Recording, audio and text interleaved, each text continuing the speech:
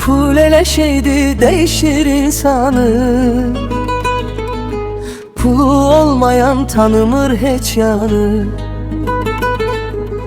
Pulun varsa sen hamıdan hörmətlisən.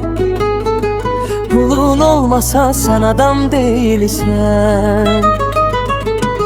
İndi kişilikte pulla ölçülür. Pul üstünde kişi kişini öldürür. Neyinki kişi bir aile arası. Pul üstünde oğul döyür anasını. Bacar insan kimi həyatda yaşa. Pulu xərcləmə sən indi daş qaşa. Pulun varsa get bir xəstəni yaşad. Onda Allahın sənə verər abad. O alçaq iblisin sözünə baxma.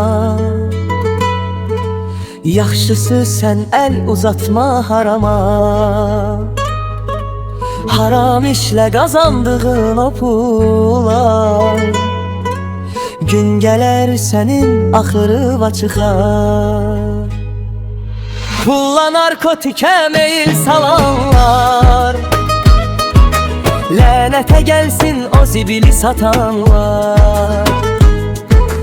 Çox insanları zəhərləyibdi o, çox cavanların canını alıbdı o. Təyyarın sənə sözü var qulaq as. Ailə olmadan pul işə yaramaz. İstər milyonun istəsə milyardır, ona değişmərəm anamın fəryadı. Mənəm deyib haram pulla ucalma.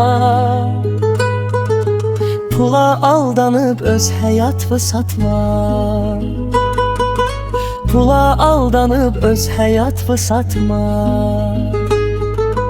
Pula aldanıb öz həyat satma.